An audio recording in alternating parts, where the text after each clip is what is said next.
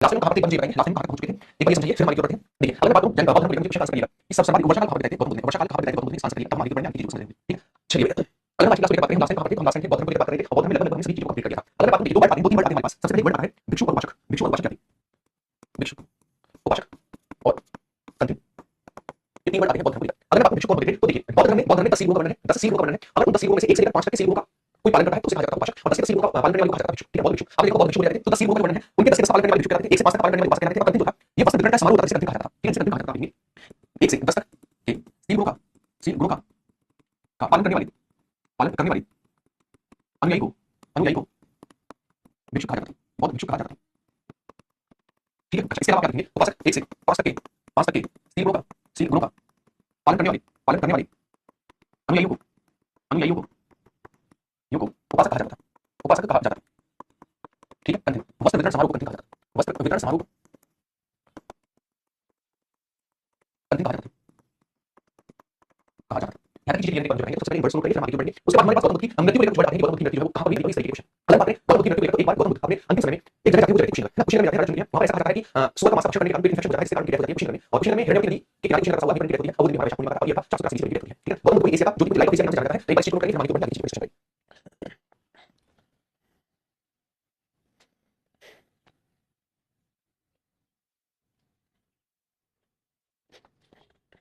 ठीक है, नोट करिए, आगे वर्ड यूज करिएगा, हमारे पास आता है। चलिए सबसे पहले 483 BC में कुशीनगर में राजा चुंद्र के यहाँ सुअर का मांस गलती से खाने के कारण महात्मा बुद्ध को खून की उल्टी होने लगती है, खून की उल्टी होने लगती है। और 483 BC में ही कुशीनगर में वैशाख पूर्णिमा के दिन हिरण्यवती नदी पर इनकी मृत्यु हो जाती है, जिसे बौद्ध धर्म में महापरिनिर्वाण कहा जाता है, महापरिनिर्वाण कहा जाता है। यहाँ तक चीजों को नोट करिए, फिर आगे बढ़ेंगे, की चीजों को डिस्कस करेंगे। चलिए ना गलती से लिखा राम मतलब यहीं पर दिया था राजा चंद्र है ना, गलती से उनकी डेथ हुई थी। ठीक, चलिए यहाँ तक चीजों को नोट करिए, आगे बढ़ेंगे। अगर बात करें इसके आगे का क्वेश्चन आपसे पूछा जाता है महात्मा बुद्ध की 3 शिक्षाएं, बौद्ध धर्म के 3 रत्न कौन से हैं, बौद्ध धर्म के 3 रत्न कौन कौन से हैं, बुद्ध धम्म और कच्छ। ये 3 रत्न हैं इसके बौद्ध धर्म के, बुद्ध धम्म और कच्छ। ठीक है, इसके बाद बात करेंगे गौतम बुद्ध को ही, गौतम बुद्ध ने अंतिम उपदेश दिया था सूत्र। अब देखिए गौतम बुद्ध ने मृत्यु से पहले अपना अंतिम उपदेश शुभ को दिया था, ठीक है। इसके अलावा गौतम बुद्ध को ही एशिया का ज्योतिपुंज कहा जाता है, गौतम बुद्ध को ही एशिया का ज्योतिपुंज यानी लाइट ऑफ एशिया कहा जाता है, लाइट ऑफ एशिया कहा जाता है। चलिए ये चीजें महात्मा बुद्ध को लेकर है ना, ये चीजें महात्मा बुद्ध को लेकर एक बार से आगे बढ़ेंगे। अरे भाई कर लो, मैंने कौन सा रखा है।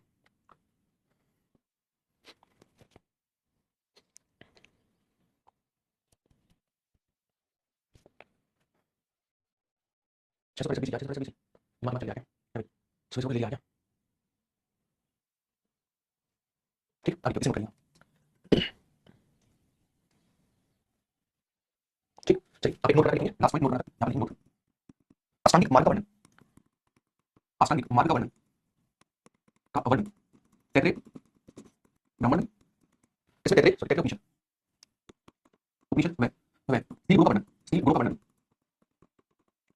छांदोग्य उपनिषद में मिलता है। ठीक है, चलिए ये लास्ट हमारा पॉइंट था बौद्ध धर्म को लेकर। एक बार बताएंगे बौद्ध धर्म का कंप्लीट होता है कल क्लास में। ठीक है, सर महात्मा बुद्ध गौतम बुद्ध, हाँ एक ही नाम है, महात्मा बुद्ध गौतम बुद्ध। समझ गए? अगर आप अभी इस चीज पर डाउट में तो बहुत समस्या की बात है, बहुत दिक्कत की बात है। एक बार डाउट बहुत ज्यादा अच्छी बात है, डाउट ऐसा होना चाहिए जो रिलेटेड। अब तो ये डाउट गौतम बुद्ध जो इंसान थे या गौतम बुद्ध के समय खून पड़ता था, मेरा डाउट है, आपको लग रहा है वाह बच्चे का डाउट पूछा है, थोड़ा ये देखिए हमारा लेवल क्या है। ठीक है, ये हमारे बौद्ध धर्म कंप्लीट होता है। और हेड का नोट होगा बताने का, और हम कुछ क्वेश्चन करेंगे तब उसके बाद आगे बढ़ेंगे। मैं कुछ क्वेश्चन पूछना बौद्ध धर्म के बारे में। सबसे पहले क्वेश्चन गौतम बुद्ध जो है वो उनके पिता जो है किस गणराज्य के राजा थे, पहला चीज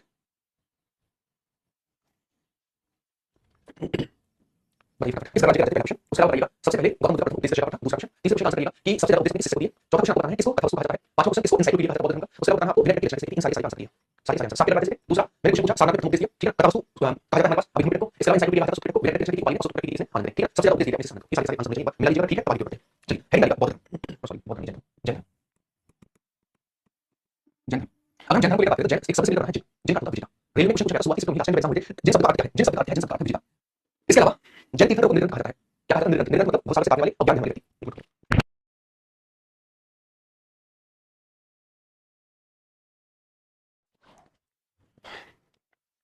सांची स्तूप। ठीक है, चलिए एक बार बात करते हैं जैन धर्म को लेकर। आप एक वर्ड लिखेंगे जैन धर्म को लेकर, क्या आप लिखेंगे जैन धर्म का जैन शब्द जिनसे मिलकर बना है, जिनसे मिलकर बना है जिसका अर्थ विजेता होता है, विजेता होता है।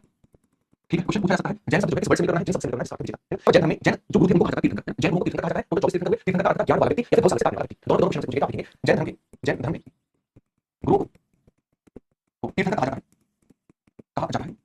इसके अलावा जैन धर्म में टोटल जैन धर्म में कुल 24 तीर्थंकर रहे। इसके अलावा तीर्थंकर का अर्थ होता है, तीर्थंकर का अर्थ बहुत साल से तारने वाले या ज्ञान वाला व्यक्ति, ये इनके नाम का अर्थ होता है। ठीक है, कुल 24 तीर्थंकर। अगर हम बात करें इसको लेकर, तीर्थंकर को लेकर टोटल 24 तीर्थंकर है, जिसमें से पहले तीर्थंकर कौन थे? वो थे ऋषभ देव। और उसके अलावा दो तीन तीर्थंकर को लेकर बात होती है, पहले 23वें और 24वें। ठीक है, सबसे पहले तीर्थंकर प्रथम तीर्थंकर कौन थे? तीर्थंकर। इसके अलावा 23rd तीर्थंकर और 24वें तीर्थंकर कौन थे? अगर सबको लेकर बात करें, सबसे पहले तीर्थंकर ऋषभ देव। ऋषभ देव 23 में रहे हमारे पास पार्श्वनाथ रहे, और 24 में रहे हमारे पास महावीर स्वामी रहे। ठीक है, इनके प्रतीक चिन्ह कभी पूछ लेता है। अगर बात करें इनके प्रतीक चिन्ह को, ऋषभ का प्रतीक चिन्ह ऋषभ। अगर बात करें पार्श्वनाथ को लेकर, इनका प्रतीक चिन्ह रहा सर, और बात करें स्वामी इनका प्रतीक चिन्ह सिंह, सिंह का प्रतीक चिन्ह। इन तीनों को लेकर हमारे पास प्रश्न बनते हैं। ठीक है, ऋषभ देव तीर्थंकर कौन थे? ऋषभ देव तीर्थंकर 23 में कौन थे? पार्श्वनाथ, और 24 में हमारे पास महावीर स्वामी। अगर बात करें तीर्थंकर को लेकर, इनका प्रतीक चिन्ह ऋषभ देव 23 में पार्श्वनाथ हमारा, 24 में हमारे स्वामी का सिंह था। एक बार से हम एक थोड़ा डिस्कस करते हुए चलते हैं, साथ ही साथ जैन धर्म को लेकर चलते हैं। चलिए, महावीर स्वामी का जैन धर्म को लेकर जाएंगे।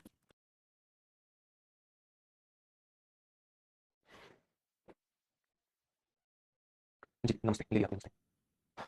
नो करिए, क्यों नहीं कितना आगे बढ़ना है।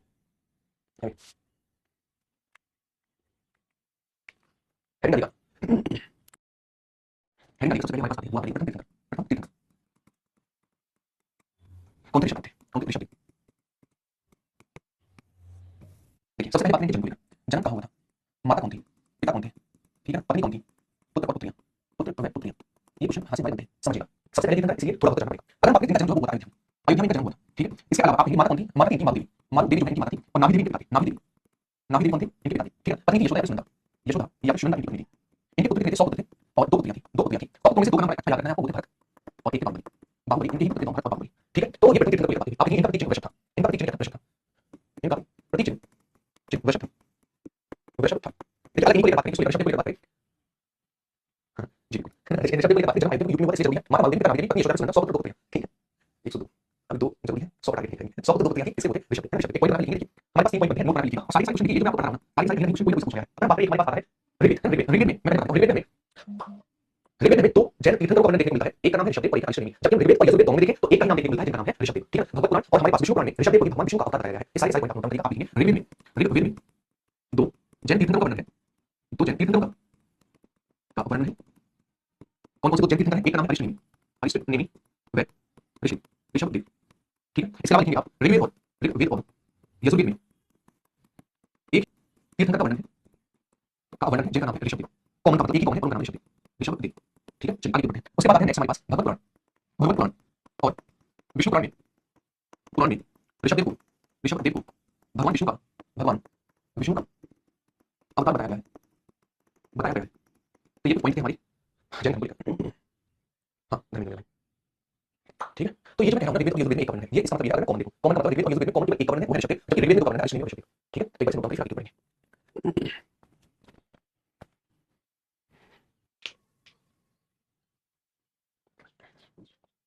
धर्म एक भी कमेंट आ गया, मैंने कह दिया हाँ 2 टाइम क्लास चलेगी, लगातार क्यों कर रहा है?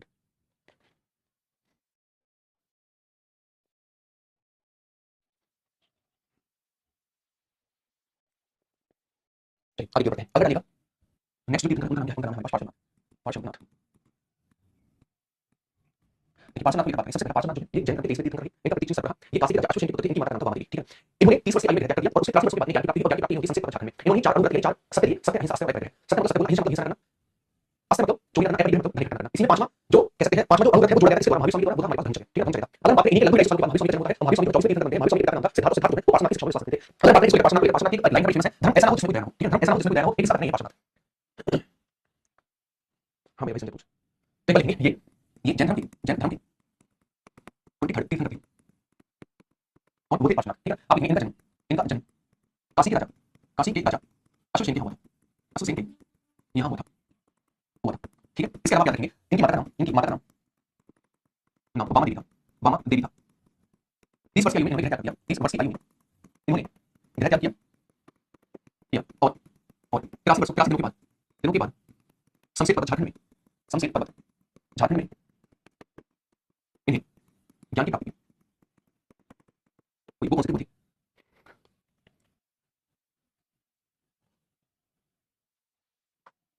हाँ, वो क्लास चल रही है, चल रही है। ठीक है, अच्छा, अगर हम बात करें इसके आगे पोर्शन को लेकर, इन्होंने 4 शिक्षाएं दी, जिन्हें जैन धर्म के 4 अनुव्रत कहा जाता है। कौन कौन सी 4 शिक्षाएं थी? कौन सी 4 शिक्षाएं थी? सत्य, अहिंसा, आस्था और अपरिग्रह।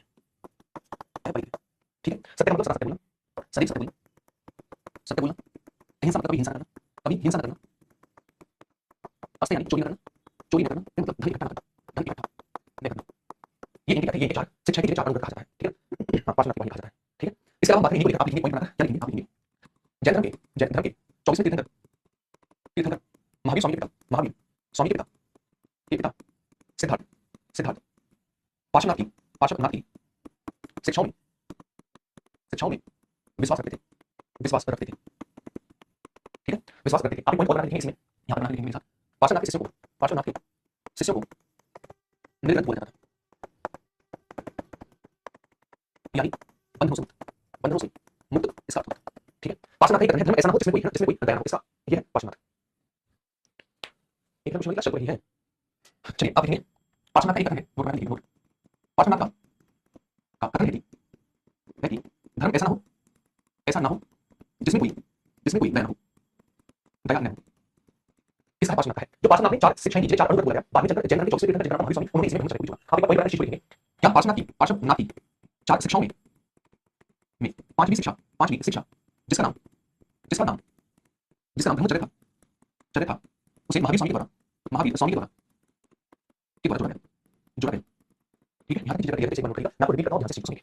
ठीक है, पर देखो कैसे हो सकता नहीं, चलिए क्लास दे रहा हूं। लेकिन अगर बात को पार्श्वनाथ को लेकर 23वें तीर्थंकर थे, जन्म का काशी हुआ था, राजा अश्वसेन की माता का नाम वामा देवी, और इन्होंने 30 वर्ष की आयु में इनकी ज्ञान की प्राप्ति हुई। सबसे पहले 23वें तीर्थंकर जन्म काशी में, इनके पिता का नाम अश्वसेन, इनकी माता का नाम वामा देवी था, है ना। कब इन्होंने ग्रहण किया? इन्होंने 30 वर्ष की आयु में ग्रहण किया और 30 वर्ष के बाद ज्ञान की प्राप्ति हुई, झारखंड में हुई, और इस पर्वत पर हुआ शमशेर पर्वत। ठीक है, इन्होंने कितने शिक्षा की 4 शिक्षाएं, 4 अनुव्रत कहा जाता है, सत्य, अहिंसा, आस्था और अपरिग्रह। सत्य मतलब सत्य बोलना, अहिंसा मतलब हिंसा करना, आस्था यानी चोरी करना, अपरिग्रह मतलब धन इकट्ठा करना। अगर बात करें पार्श्वनाथ को लेकर, जो 24वें तीर्थंकर महावीर स्वामी, उनके पिता का नाम सिद्धार्थ जो 30 विश्वास करते थे, पार्श्वनाथ विश्वास करते थे। इसके अलावा पार्श्वनाथ के लगभग 20 वर्ष के बाद महावीर स्वामी का जन्म होता है। अगर बात करें इसको लेकर, महावीर स्वामी को लेकर, इनके द्वारा 4 अनुव्रत दिए गए, 4 शिक्षाएं दी गई, उसी 5 शिक्षा का उसके बाद महावीर स्वामी का और पार्श्वनाथ के कहते हैं धर्म ऐसा ना हो जिसमें कोई दया न हो। ठीक है, ये है पार्श्वनाथ को लेकर डिस्कशन, एक बार करेंगे, हम आगे बढ़ेंगे।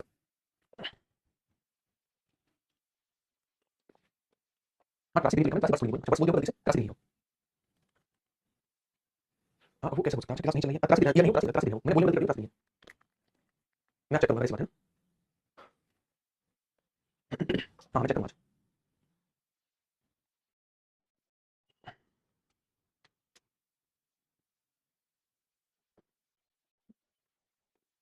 आप क्लास को लगातार चलिए, लगातार क्लास चलिए। हो सकता है कोई गलती से मिस हो गया हो, कभी-कभी हो जाता है, कोई बैच मिस हो गया हो, ऐसा हो सकता है, क्लास चलिए आप। चलिए, हाँ, हेडिंग डालिएगा महावीर स्वामी, हेडिंग डालिएगा महावीर स्वामी।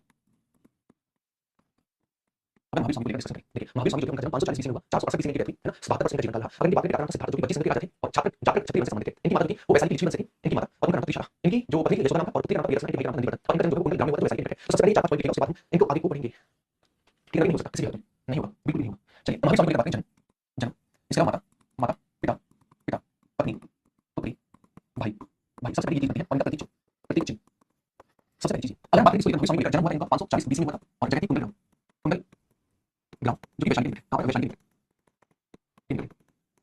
ठीक है, माता को लेकर बात करें तो वैशाली की लिच्छवी वंश की त्रिशाला। पिता को लेकर बात करें तो वज्जी संघ के राजा सिद्धार्थ थे। अगर बात करें इनकी पत्नी को लेकर यशोदा, इनकी पत्नी का नाम था यशोदा। अगर बात करें इनकी पुत्री का नाम था प्रियदर्शना इनकी पुत्री का नाम था। ठीक है, अगर बात करें भाई का नाम नंदीवर्धन इनके भाई का नाम था। ठीक, अगर बात करें चिन्ह सिंह इनका प्रतीक चिन्ह था। इनका वास्तविक नाम को लेकर बात करें, इनका वास्तविक नाम क्या था? तो वास्तविक नेम क्या था? वो था वर्धमान का वास्तविक नाम था। तो ये 4-5 पॉइंट बनते हैं स्टार्टिंग के महावीर स्वामी को लेकर। महावीर स्वामी को लेकर 4-5 पॉइंट बनते हैं। 540 बीसी में कुंडल ग्राम वैशाली में जन्म हुआ था। माता थी इनकी वैशाली की लिच्छवी वंश की नाम था त्रिशला। पिता वज्जी संघ के राजा थे, इनका नाम सिद्धार्थ। पत्नी थी यशोदा, पुत्री थी प्रियदर्शना, भाई नंदीवर्धन, प्रतीक चिन्ह सिंह। इन्होंने 30 वर्ष की आयु में ग्रहण किया। अपने भाई नंदीवर्धन से अनुमति लेकर और उसके 13 वर्ष के बाद ज्ञान की प्राप्ति होती है, यानी 43 वर्ष की आयु में ज्ञान की प्राप्ति होती है। स्थान हमारे पास लंबी कथा नगरी की यहाँ पर ज्ञान की प्राप्ति होती है। एक बार पॉइंट को लिखेंगे जो मैंने आपको बताया। आप लिखेंगे इन्होंने 30 वर्ष की आयु में अपने भाई नंदीवर्धन से अनुमति लेकर से अनुमति लेकर गृह त्याग किया किया और 13 वर्षों के बाद यानी 43 वर्ष की आयु में रम्य ग्राम में ऋजुपालिका नदी के तट पर इन्हें ज्ञान की प्राप्ति हुई, इन्हें ज्ञान की प्राप्ति हुई, इसके ज्ञान की प्राप्ति हुई। तो आपसे पूछता है ना, अच्छा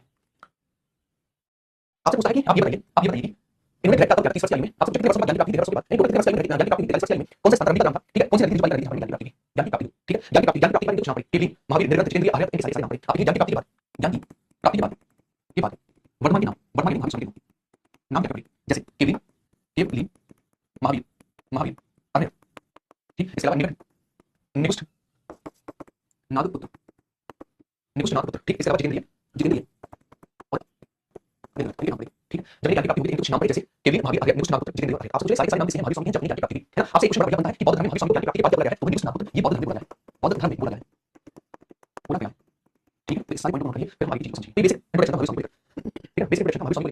जन्म 540 में माता का नाम त्रिशला, पिता का नाम सिद्धार्थ, पत्नी का नाम ईश्वरा, भाई का नाम नंदीवर्धन और पुत्री का नाम प्रियदर्शना, प्रतीक सिंह का 30 वर्ष की आयु में और 13 वर्ष के बाद 43 वर्ष की आयु में ज्ञान की प्राप्ति हुई, ऋजुपालिका नदी के तट पर रम्य ग्राम में। उसके बाद नाम केवली महावीर अनय निकुष्ट नागपुत्र जितेंद्रिय और बौद्ध धर्म में महावीर स्वामी को ज्ञान की प्राप्ति के बाद निकुष्ट नागपुत्र बोला गया है, ठीक है। चलिए आज की क्लास को यहीं पर रखेंगे, नंबर हमारा इस कैलेंडर सेक्शन में हम कल करेंगे, जो आगे की बातें हम कल पढ़ेंगे। तो उम्मीद है सारी चीजें आपके लिए भी कमेंट करेंगे। अभी आपकी क्लास बैठ पर तो आपसे भी करेंगे और बैठ पर यूपीटी का जो आपका ऐप में क्वेश्चन कंप्लीट हो गया, उसी का रीजन यूपीटी कर रहे हैं बैठ पर। तो आप उसकी क्लास में 4 क्लास हो गई, आज की 5वीं क्लास है, किसी को नहीं करेंगे उनसे सभी से रिक्वेस्ट है उन 4 क्लास को कर लेना और 5वीं क्लास वाच लेना, 10 तारीख से पहले 500 क्वेश्चन कर देंगे, लगभग 30 क्वेश्चन कर देंगे यूपीटी के, है ना। तो लगभग आप 500 क्वेश्चन यूपीटी के करेंगे, क्लास सुन लीजिए, जैसे आप इंट्रोडक्शन की क्लास सुन रहे हो उसी तरीके से आप 500 क्वेश्चन यूपीटी की क्लास को सुनो, मेरी का नोट बनाओ, मेरी का वीडियो को सुनते रहो, चीजों को समझाते रहो, ठीक है। चलिए कल मिलते हैं, ख्याल रखिएगा, आगे सेशन करते हैं, कल शाम को 7 से 8